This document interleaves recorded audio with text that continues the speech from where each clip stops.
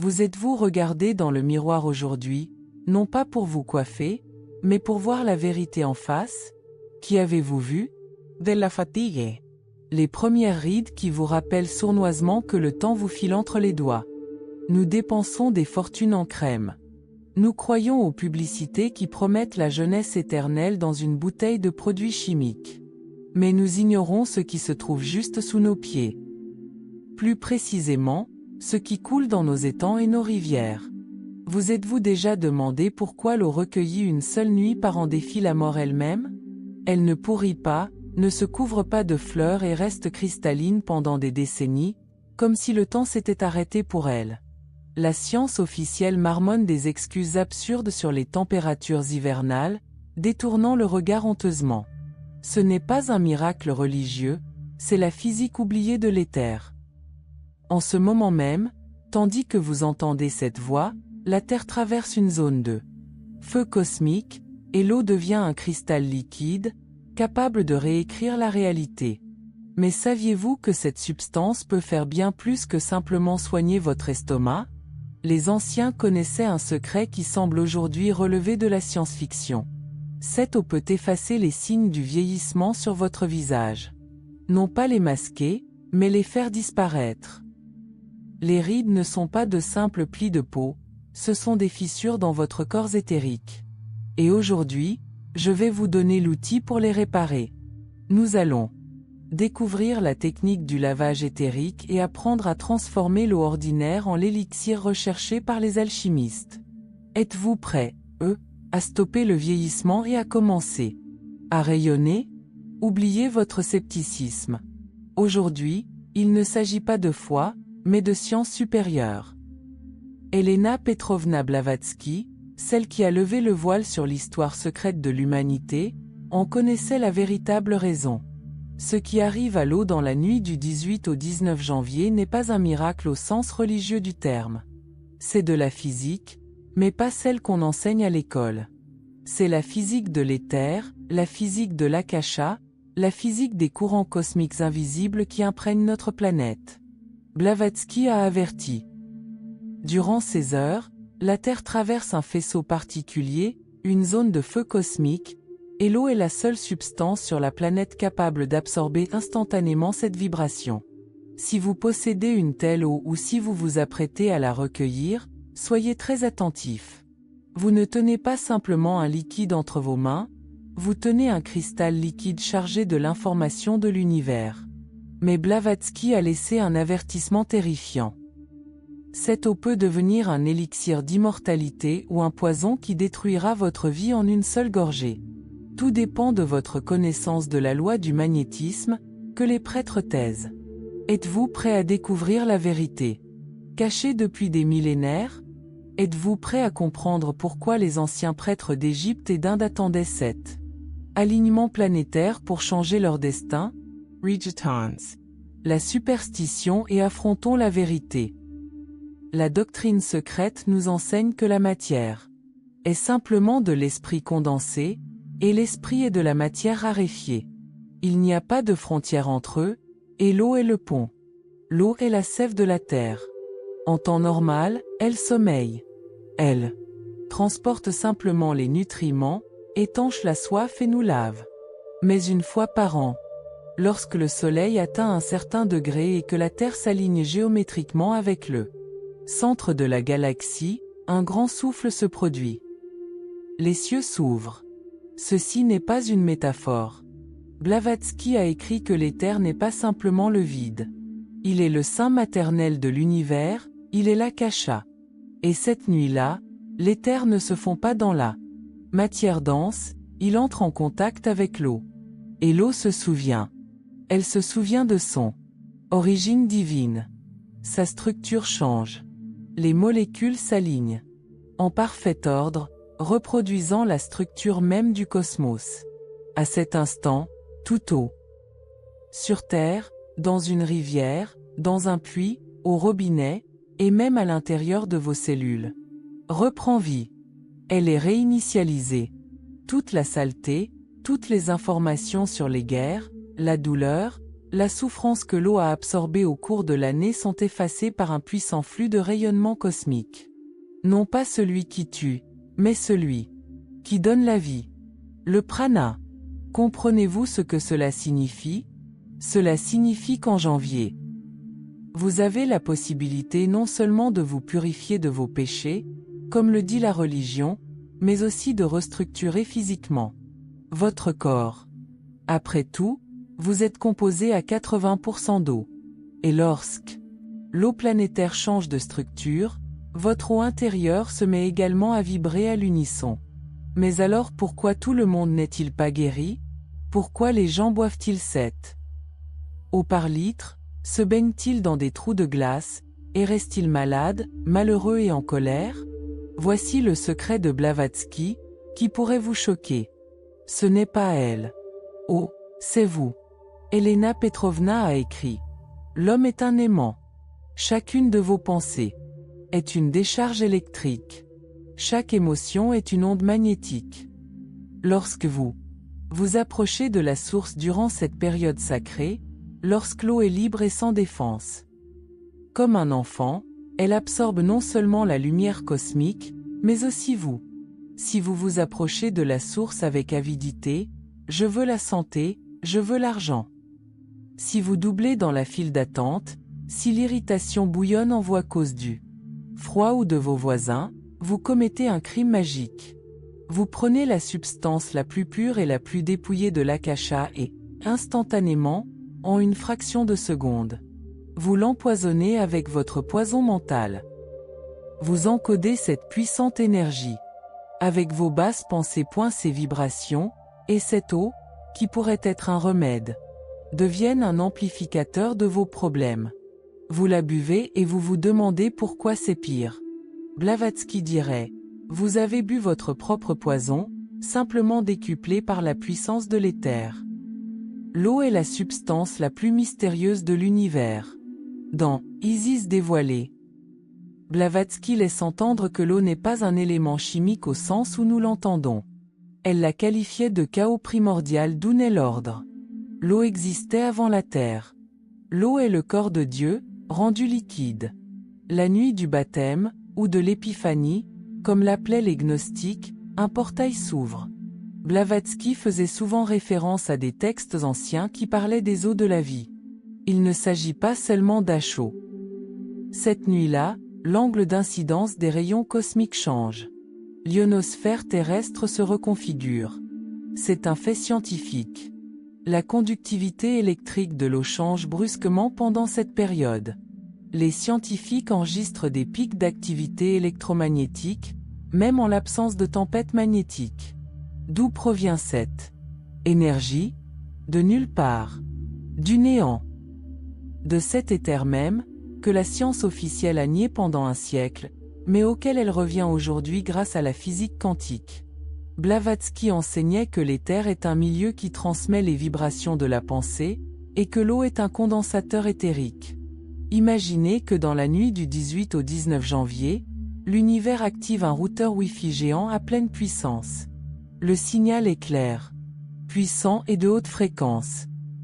Ce signal véhicule des codes d'harmonie, de santé et de beauté originelle. L'eau reçoit ce signal et se structure. Elle s'agrège. Ces molécules s'assemblent en de magnifiques flocons de neige symétriques avant même de geler. Mais que se passe-t-il lorsque vous introduisez cette eau chez vous? Votre maison est un résonateur de vos pensées. S'il y a des querelles constantes dans la maison, si l'énergie de la peur, de la maladie ou de la pauvreté stagne, l'eau bénite que vous apportez commence à agir comme un aspirateur.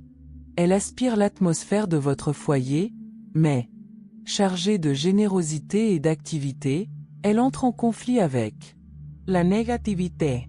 Et s'il y a trop de négativité, l'eau peut mourir, devenir trouble, voire même fleurir. C'est un signe, un terrible signe. Cela signifie que l'obscurité dans votre maison est plus forte que la lumière extérieure. Blavatsky a donné la clé pour utiliser ce moment. Elle a parlé du logo créatif, du pouvoir des mots. L'eau entend pendant cette période. Elle entend non pas avec ses oreilles, mais par vibration. Les anciens savaient quand. Ce jour, il ne faut pas jurer, ni même laisser passer une pensée sombre, car l'espace vibre de tension. Tout mot prononcé dans l'espace au-dessus. De l'eau libre cette nuit-là se matérialise instantanément. Avez-vous déjà remarqué le calme de la nature la nuit de l'épiphanie? Souvent, même le vent se calme, les oiseaux se taisent. Le monde se fige. C'est le silence avant le son. Dans ce silence, le ciel parle à l'océan. Et si vous parvenez à vibrer à l'unisson avec ce silence, vous pouvez réécrire le scénario de votre vie. Mais la plupart des gens font le contraire. Ils créent du bruit. Ils transforment le sacrement en une farce. Ils plongent dans le trou de glace non pas pour purifier leur corps astral, mais pour prouver leur bravoure, prendre une photo pour les réseaux sociaux, ou, pire encore, sous l'influence de l'alcool. Blavatsky a écrit que l'alcool attire les larves, les entités astrales inférieures. Imaginez la scène. Un canal céleste s'ouvre. Un flot pur de prana se déverse sur la terre. L'eau du trou brille d'une lumière astrale. Et un homme y saute, son aura grouillante des larves de l'alcool et de la luxure. Que se passe-t-il? Un court-circuit se produit. L'eau brûle son corps astral. Au lieu de la grâce, il reçoit un coup. Ses failles énergétiques ne se referment pas, mais s'agrandissent. Et après un tel bain, on tombe souvent malade. Non pas du froid, mais de la brûlure énergétique. On ne peut pas verser du vin nouveau dans de vieilles outres, citait Blavatsky, révélant ainsi sa Signification esoterique. On ne peut insuffler une énergie vibratoire élevée dans un corps plein de passion vile sans préparation. L'eau vous déchirera de l'intérieur. Elle commencera à purifier la souillure si rapidement que vous ne pourrez le supporter. C'est ce qu'on appelle une crise de guérison. Mais il y a un autre aspect, un grand espoir. Blavatsky parlait du souvenir de l'Atlantide. Dans la doctrine secrète, on trouve des indices selon lesquels les Atlantes possédaient la technologie de la manipulation de l'eau par la pensée. Ils pouvaient en modifier la densité, la rendant aussi dure que la pierre ou aussi légère que la vapeur, simplement en concentrant le regard du troisième œil sur elle. Cette capacité a été perdue, mais le potentiel demeure dans notre ADN. Et une fois par an, lorsque l'eau retrouve son état originel, nous avons l'occasion de réveiller ce souvenir. L'eau recueillie durant cette période possède les propriétés de l'alcool, le solvant universel des alchimistes. Elle dissout non pas la matière, mais l'information. Si vous souffrez d'une maladie chronique qui vous tourmente depuis des années, il s'agit d'une information cristallisée dans votre corps éthérique. C'est un dysfonctionnement de la programmation. Les médicaments conventionnels traitent la chimie du corps, mais ils n'agissent pas sur l'enregistrement dans l'éther. L'eau de l'épiphanie, si on l'aborde avec conscience, peut dissoudre cet enregistrement.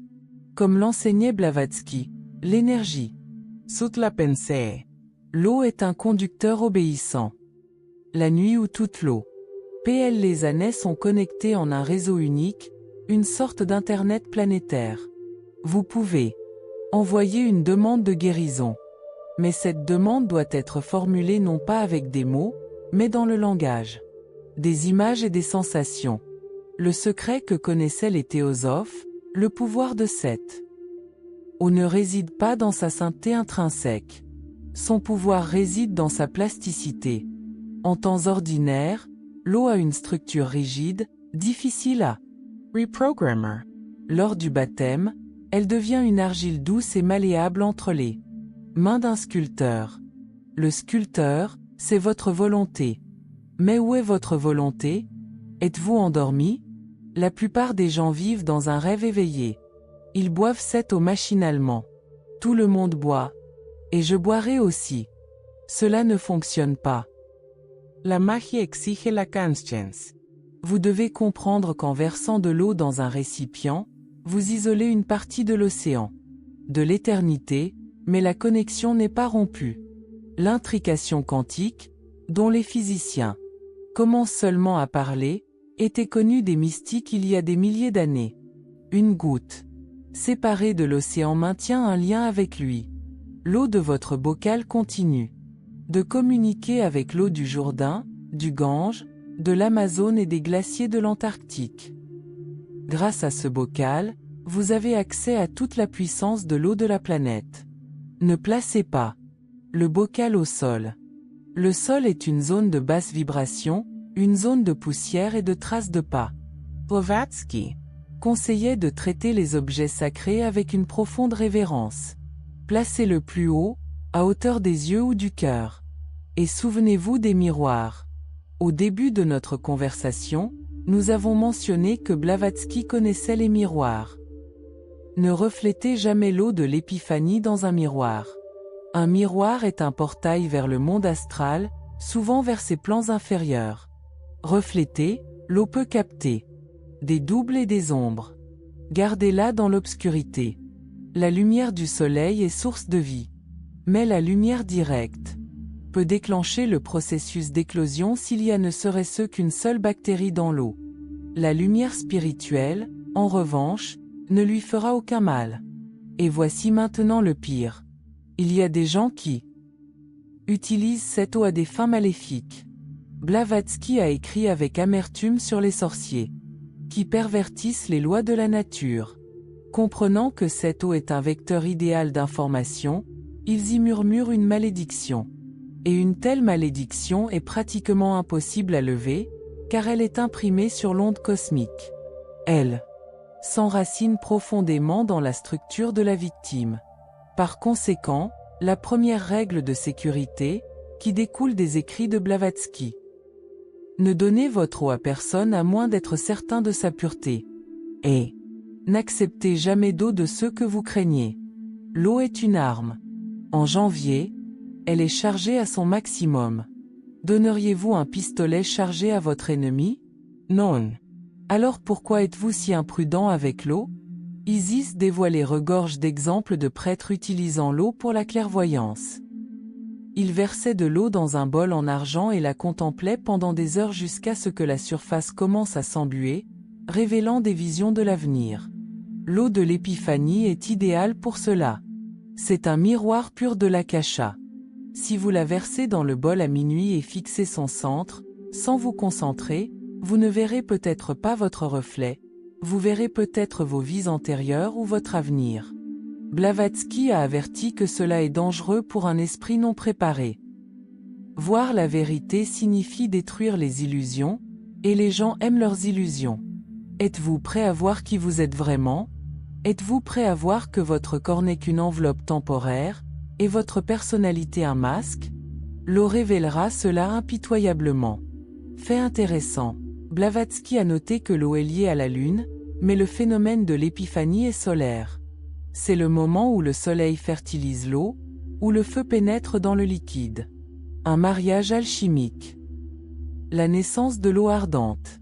À ne pas confondre avec la vodka. C'est une substance qui brûle sans être consommée.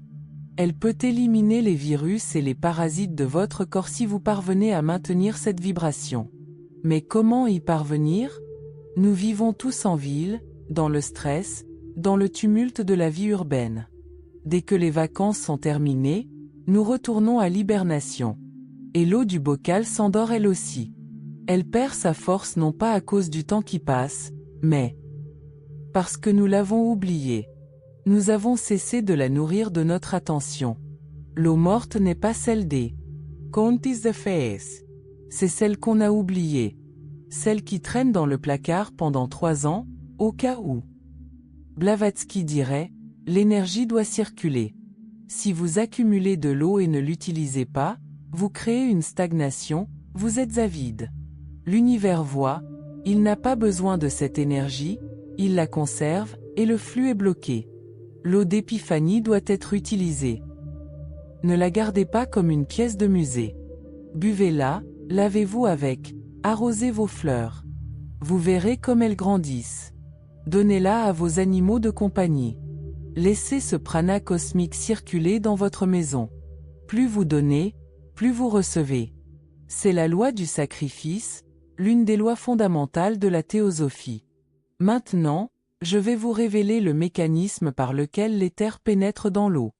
Imaginez notre planète entourée d'une grille invisible. C'est le réseau éthérique de la Terre. Habituellement, il est obstrué par nos pensées, les ondes radio et le smog. Mais une fois par an, le vent solaire souffle avec une telle force et un tel angle qu'il emporte tous ces débris. Le réseau commence à briller. Les nœuds de ce réseau s'illuminent. Les réseaux se trouvent dans des sources naturelles, des lacs et des confluences de rivières. C'est pourquoi les temples antiques étaient toujours construits sur l'eau. La nuit du baptême, ces nœuds. Elles s'activent.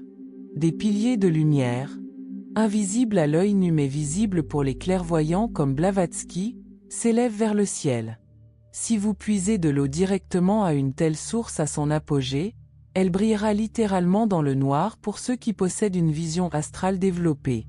Cette eau est si saturée de vie que les bactéries sont tout simplement incapables de s'y reproduire. Elle se consume sous l'effet de l'excès d'énergie. La vie vint la mort. C'est un paradoxe, mais c'est vrai. La décomposition est un processus de décomposition, et l'eau d'épiphanie est un processus de synthèse. Par définition, elle ne peut contenir de pourriture. Mais il y a une nuance. L'eau du robinet. Les sceptiques ricanent, comment une eau qui a traversé des tuyaux rouillés et du chlore peut-elle devenir sacrée? Blavatsky aurait répondu ainsi. La matière n'a aucun pouvoir sur l'esprit. La rouille et le chlore appartiennent au plan physique. Le changement de structure se produit sur le plan éthérique. L'éther traverse les tuyaux métalliques aussi facilement que la lumière traverse le verre.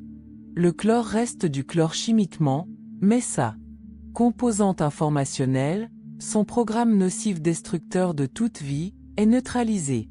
L'énergie de l'eau devient plus forte que la chimie. Vous buvez une eau chimiquement contaminée, mais energetically brillante. Bien sûr, il est préférable de boire à une source, mais si ce n'est pas possible, buvez l'eau du robinet.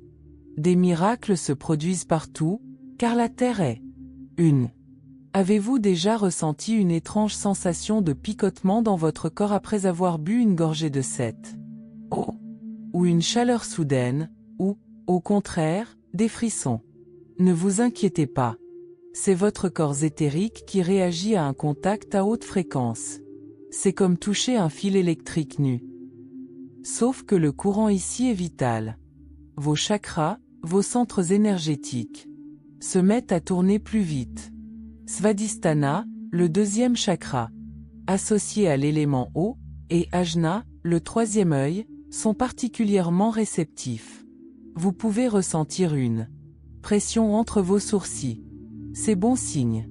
Cela signifie que votre glande pinéale, votre cristal, tente d'entrer en résonance avec le cristal d'eau.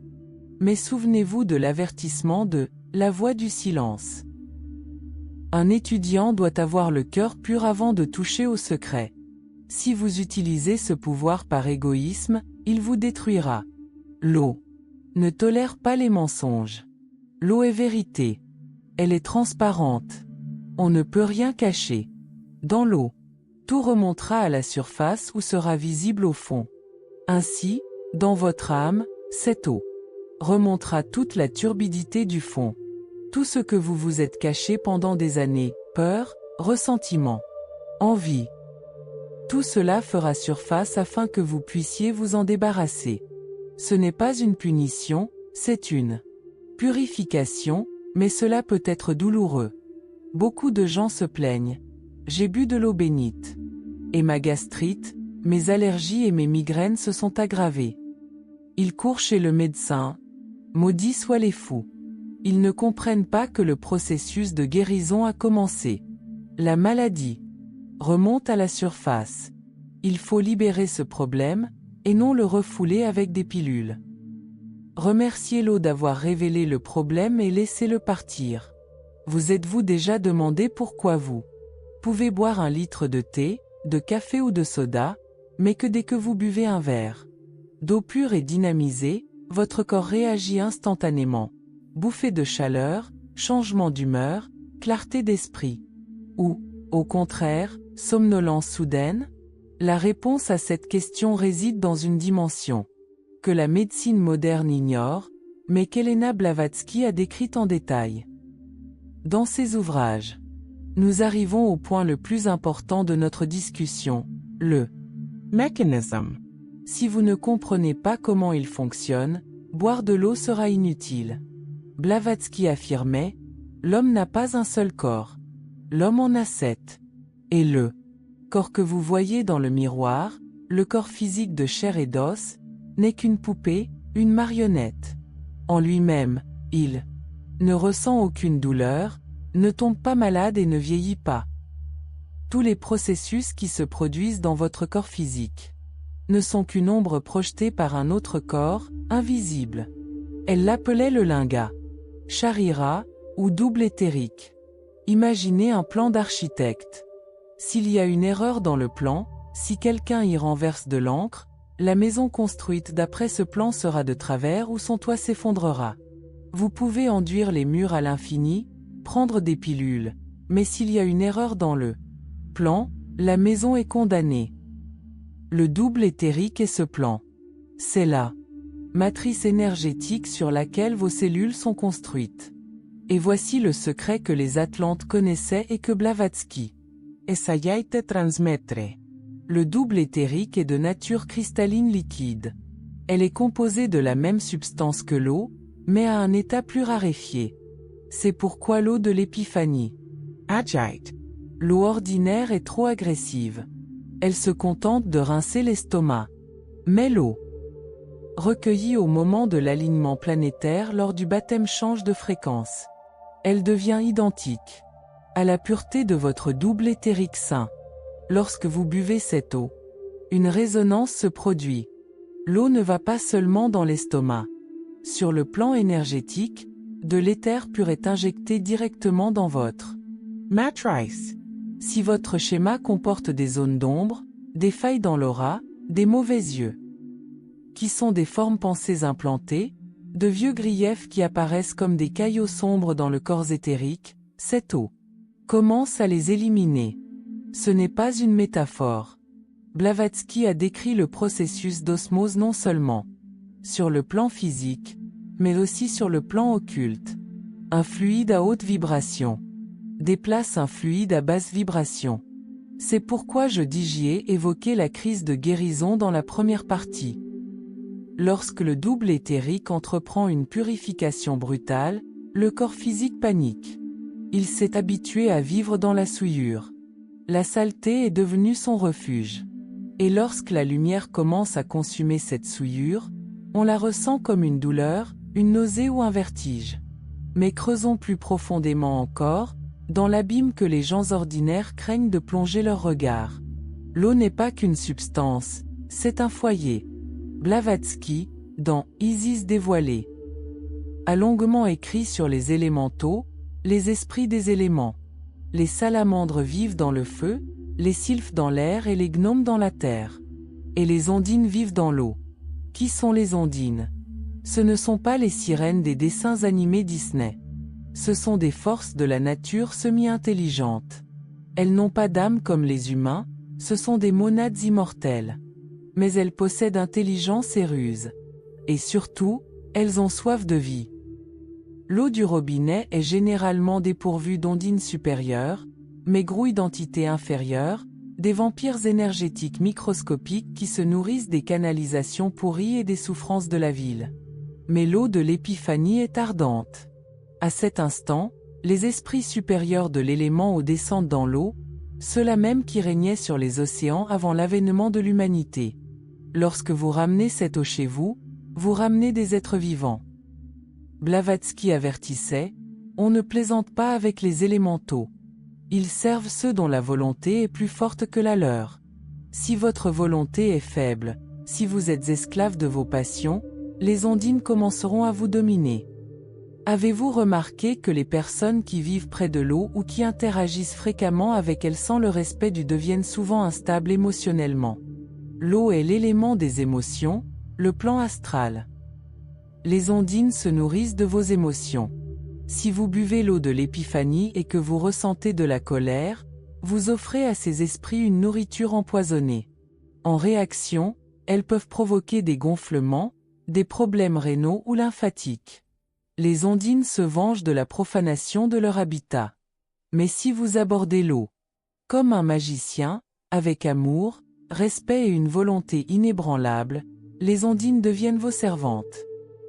Elles peuvent réparer les brèches de votre corps éthérique, car c'est leur rôle. Elles sont les bâtisseuses de la vie. C'est pourquoi Blavatsky insistait sur la pureté de la pensée. Il ne s'agit pas de moraliser. C'est une précaution de sécurité lorsqu'on travaille avec des énergies intelligentes.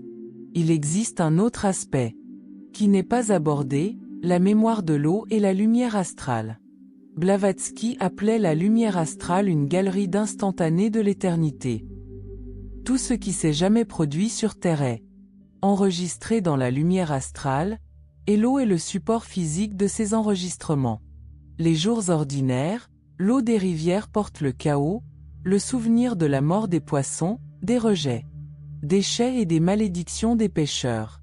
Mais la nuit de l'épiphanie, le disque est formaté. Un rayon provenant du centre de la galaxie, le soleil spirituel, efface toute trace de surface. L'eau devient une tabula rasa, une page blanche. Et là s'ouvre une possibilité stupéfiante. Si l'eau est pure, on peut y inscrire n'importe quel programme. On devient programmeur de la réalité.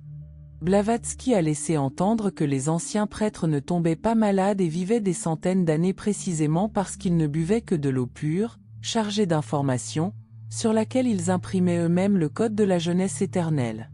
Le secret ne réside pas dans la composition chimique, l'eau, H2O. Elle a même partout, mais dans la géométrie de ces agrégats. Le code est forme. Votre pensée crée la forme. Comment faire cela concrètement? Prenez un verre d'eau de l'épiphanie. Placez-le dans votre paume gauche. La main gauche est la main qui reçoit. Elle est connectée au cœur. Recouvrez l'eau de votre main droite, sans la toucher. La main droite donne, rayonne. Vous avez créé un circuit fermé. Votre aura circule maintenant dans l'eau. Blavatsky a écrit sur le pouvoir du regard. Les yeux ne sont pas seulement des récepteurs de lumière, ils en sont aussi des émetteurs. Un fluide magnétique émane des yeux. Regardez dans l'eau, mais ne vous contentez pas de regarder, visualisez-la. Imaginez ce dont vous avez besoin non pas comme un espoir, j'aimerais guérir, mais comme une réalité accomplie. Voyez votre organe malade. Reduce Saint Door. Voyez-vous plein de force. À cet instant, vos mains et vos yeux transmettent la vibration de la pensée à l'eau. Les ondines captent cette image et commencent à restructurer l'eau pour qu'elle y corresponde. L'eau change de goût. Essayez vous-même. Après 2 à 3 minutes de cette concentration, l'eau deviendra plus sucrée ou plus douce. C'est un signe physique que l'enregistrement a eu lieu. Buvez cette eau lentement, en imaginant la lumière liquide emplir chaque cellule. C'est la vraie Theosophy. La sagesse divine en action, non pas des prières vides, mais la connaissance des lois de la nature et la capacité de les utiliser. Mais Blavatsky a également mis en garde contre l'eau morte. Dans le monde moderne, nous sommes entourés d'eau morte. L'eau en bouteille plastique, laissée des mois dans des entrepôts, est privée de prana. Elle a suffoqué. Les ondines l'ont abandonnée, ne laissant derrière elle que le cadavre de l'eau. Une telle eau n'étanche pas la soif des cellules, elle ne fait que surcharger les reins. L'eau de l'épiphanie est un antidote. Même une seule cuillère à café de cette eau, ajoutée à un bidon de 5 litres d'eau morte,